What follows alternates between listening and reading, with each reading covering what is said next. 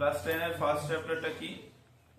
Father's help, মানে বাবার সাহায্য। আমাদের বাবা একমাত্র যে মানে ব্যক্তি যে আমাদেরকে সব সময় সাহায্য করে, মাও করে, কিন্তু বাবার মতো সাহায্য হয়তো মা করে না। ঠিক আছে, করে কি? করে না। তো সেই ফাদার্স হেল্প, বাবার সাহায্য নিয়ে একটা গল্প। কোন একজন ছেলে যার নাম হচ্ছে স্বামীনাথন, গল্পে আমরা বেশিরভাগ জায়গায় স্বামী বলে দেখবো, SWAMI। তো সেই স্বামীনাথন খুব একটা মানে পড়ার প্রতি তার একটা অলসতা রয়েছে, পড়াশোনার প্রতি। পড়াশোনা করতে চায় না, স্কুল যেতে তার ভালো লাগে না। সেই রকমই একটা দিন মানে সোমবার সকালবেলা তাকে তার মা ঝাঁকিয়ে ঘুম থেকে উঠাচ্ছে। ঠিক আছে, ওঠ, সকাল হয়ে গেল। ঠিক আছে, উঠে বুঝতে পারছে যে আজকে তো সোমবার, মানে স্কুল যেতে হবে। সে ভাবছে এই তো একটু আগেই ফ্রাইডে ছিল। ঠিক আছে, তো হঠাৎ করে সোমবার হয়ে গেল, মানে স্যাটারডে সানডে কি করে পেরিয়ে গেল সে জাস্ট মানে ভাবতে পারছে না। এত তাড়াতাড়ির মধ্যে দুটো দিন পেরিয়ে গেল। মানে স্যাটারডে হলে সানডে হলে তার ভালো লাগে, কারণটা হচ্ছে স্যাটারডেতে হাফ বেলা স্কুল হয়। ঠিক আছে, মানে 4 পিরিয়ড হয়ে স্কুল ছুটি দেয়, আর সানডে তো পুরো ছুটি থাকে, তাহলে ভালো মজাই লাগে তার। তারপর ভাবছে যে শুক্রবারের পরে শনিবার রবিবার দুটো দিন কিভাবে পেরিয়ে গেল, এবার তো সোমবার এসে গেছে, পুরো সপ্তাহটা টানা স্কুল যেতে হবে। একটা মানে বোরিংনেস কাজ করছে তার মনের মধ্যে, একটা খারাপ লাগছে যে এবার আমাকে একটানা স্কুল যেতে হবে এক সপ্তাহ। ঠিক আছে, তখন যখন 9টা বাজছে, সে তো ধন ঘুম ভাঙলো ধর, এবার 9টা যখন বাজছে তখন সে তার মায়ের কাছে একটা এক্সকিউজ নিয়ে যাচ্ছে, বাহানা করছে যে মা আমার হেডেক হয়েছে, মানে মাথা ব্যথা করছে, আমি স্কুল যেতে পারবো না। ঠিক আছে, তখন মা খুবই জেনারেসলি মানে খুবই সদয়ভাবে একটা প্রস্তাব দিয়ে দিচ্ছে, সাজেশন দিয়ে দিচ্ছে, ঠিক আছে তাহলে তুই যেতে হবে না, রেস্ট কর। সে কি করলো, মায়ের ঘরে গিয়ে বেঞ্চের উপরে শুয়ে পড়লো। ঠিক আছে, তো তারপর যখন 9:30 বাজছে, যখন তার স্কুল প্রেয়ার হলে থাকার কথা, স্কুল প্রেয়ার হলটা এদের কটার সময় হয়? 9:30, আমরা যেটা 10:30টায় করে থাকি। ঠিক আছে, তো সেটা বলছে ওই টাইমে 9:30টার সময় যখন তার প্রেয়ার হলে থাকার কথা, সে কোথায় আছে? তার মায়ের ঘরে বেঞ্চের উপরে শুয়ে আছে। আর সেই সময় বাবা এসে হাজির। ঠিক আছে, বাবা যেমন ভালোবাসে তেমনি একটু কঠোরও হয়, কোনো কিছু এক্সকিউজ সহ্য করে না। সে এসে বলছে কিরে তুই স্কুল যাসনি, এখানে বসে আছিস? বলছে আমার মাথা ব্যথা করছে। সে মাথা ব্যথা, সারা রবিবারটা টোটো করে ঘুরে বেড়ালি, মাথা ব্যথা করবে নাই? যা, dress up and go to school, মানে রেডি হ, ড্রেস পর আর স্কুলে চলে যা। ঠিক আছে, কি জানি না কি কারণে খাবার কথা বলে নাই। ঠিক আছে, কিন্তু অবশ্যই খেয়েছে, না খেয়ে তো আর যাবে না, না খেয়ে না খাওয়াই তো আর পাঠাবে না। ঠিক আছে, তো তখন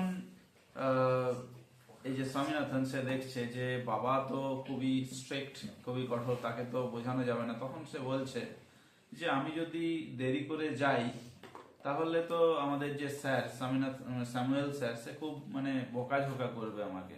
ঠিক আছে, আমি এত দেরিতে স্কুলে যেতে পারবো না।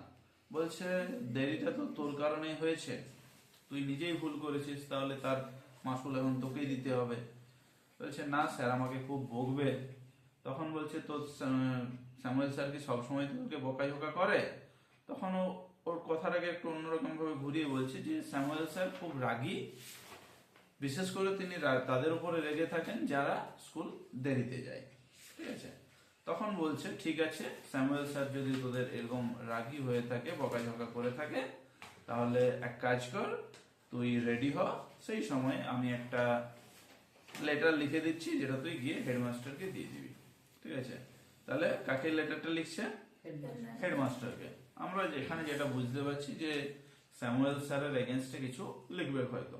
ঠিক আছে, যে সময়ে স্বামীনাথন রেডি হলো স্কুলের জন্য, সেই সময়ে তার বাবা একটা লম্বা লেটার লিখে একটা এনভেলপের মধ্যে, খামের মধ্যে সেটাকে পুরে দিয়ে আঠা দিয়ে চিটিয়ে দিল। ঠিক আছে, সিল করে দিল পুরো এনভেলপটাকে। তারপর সে চিঠিটাকে হাতে ধরিয়ে বললো আগে এটাকে হেড স্যারকে দিবি, তারপরে আসবি। ঠিক আছে, রাস্তায় যেতে যেতে সে অনেক কিছু ভাবছে এবারে, যে আমি যে স্যারের ব্যাপারে বললাম উল্টাপাল্টা বাবাকে, সেগুলোকে আমি আদৌ ঠিক বললাম নাকি আমার মন গড়া কিছু বলে দিলাম। ঠিক আছে, তারপর যখন স্কুলের মেন গেটের কাছে এসে পৌঁছাচ্ছে, আমাদের যেটা ধর মেন গেট, নীল যে গেটটা বড়টা, তো বটতলটা, সেখানে যখন পৌঁছাচ্ছে তখন সে ঠিক করছে যে আমি চিঠিটা আগে দেব না, আগে আমি ক্লাস করব, তারপরে শেষে বাড়ি আসার সময় স্যারকে মানে হেড স্যারকে চিঠিটা দিয়ে চলে আসবো। আর সেই সময় হয়তো একটা চান্স পাবো আমি, মানে এখনো সে নিজের মধ্যে কনফিউজড যে স্যার ভালো না খারাপ। বাবাকে তো বলে দিয়েছে অনেক কিছু, কিন্তু নিজের মধ্যেও সে কনফিউজ যে স্যামুয়েল ওই অ্যালিগেশনস গুলোর যোগ্য বটে কিনা। আমি যে বলে দিলাম বাবাকে, তারপর বাবা কি লিখেছে মানে ভগবান জানে কি লিখেছে চিঠির মধ্যে, তো সেইগুলোর সে যোগ্য কিনা তার বাবা, এই মানে স্যারটা, সেগুলো সে একটু জাস্টিফাই করার সময় পাবে। তারপর সে চিঠি নিয়েই ক্লাসরুমে যাচ্ছে, ক্লাসরুমের দরজার সামনে দাঁড়িয়েছে, আধ ঘন্টা লেট হয়ে গেছে, ঠিক আছে, আধ ঘন্টা লেট এসে ক্লাসে আসছে। এবারে দরজার সামনে যখন দাঁড়িয়েছে, তখন যখন ডুবো বলছে, শ্যামল স্যার বলছে কি ব্যাপার এত দেরি কেন, ঠিক আছে। সে তখন কি করছিল, শ্যামল স্যার তখন অ্যারিথমেটিক মানে পাটিগণিত পড়াচ্ছিল, ঠিক আছে। কি পড়াচ্ছিল সাবজেক্ট, সেটা হচ্ছে অ্যারিথমেটিক। তো পাটিগণিত পড়াচ্ছিল, সেই সময় স্বামীনাথন এলো আধ ঘন্টা লেটে।